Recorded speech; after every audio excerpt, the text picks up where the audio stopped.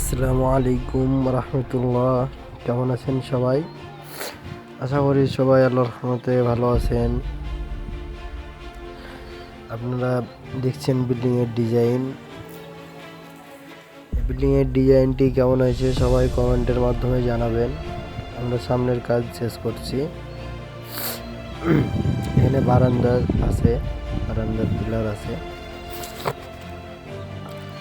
চারা আছে।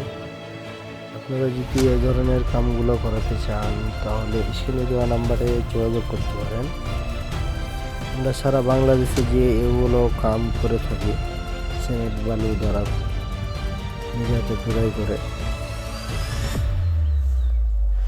কামটি কেমন হয়েছে সবাই কমেন্টের মাধ্যমে জানাবেন। আসসালামু আলাইকুম রহমতুল্লাহ। সবাই ভালো থাকেন।